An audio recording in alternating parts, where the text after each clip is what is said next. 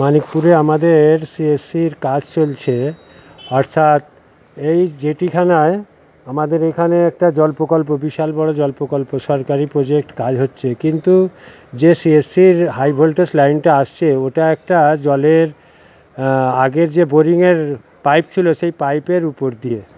তো এইগুলো অন্তত অবশ্যই খেয়াল করে কাজ করা উচিত। সেই কারণে আমরা এলাকায় কাজ বন্ধ করে দিয়েছি।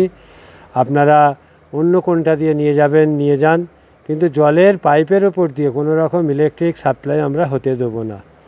তো সেই কারণে কাজ বন্ধ রাখা হয়েছে।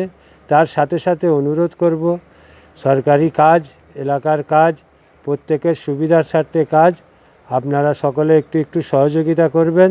কোনো রকম ঝগড়া অশান্তি, তারা অনেক চক্রান্ত করে আমরা জানি, যেটা অনেকজন আমাকে বলছিল যে এরকম পুজোর সময় গাড্ডা মোজানো হয়, ঈদ আসলে কেন ভালো রাস্তায় গাড্ডা করা হয়।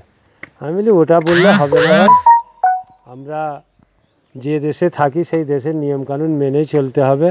অতএব এটা আমাদের ভালো স্বার্থেই, তারা পুজো আসলে যদি কাজ বন্ধ করতে বলে, আমরা ঈদের সময় যদি কাজ বন্ধ, তাহলে কাজগুলো হবে কখন? তো সেই কাজের ক্ষেত্রে এগুলো করতে হবে। মিস্ত্রি ভাইদের অনুরোধ করব, কন্ট্রাক্টরদেরও অনুরোধ করব, আপনারা কাজগুলোকে ঠিকঠাকভাবে করুন, কোনো ক্ষতি না হয়।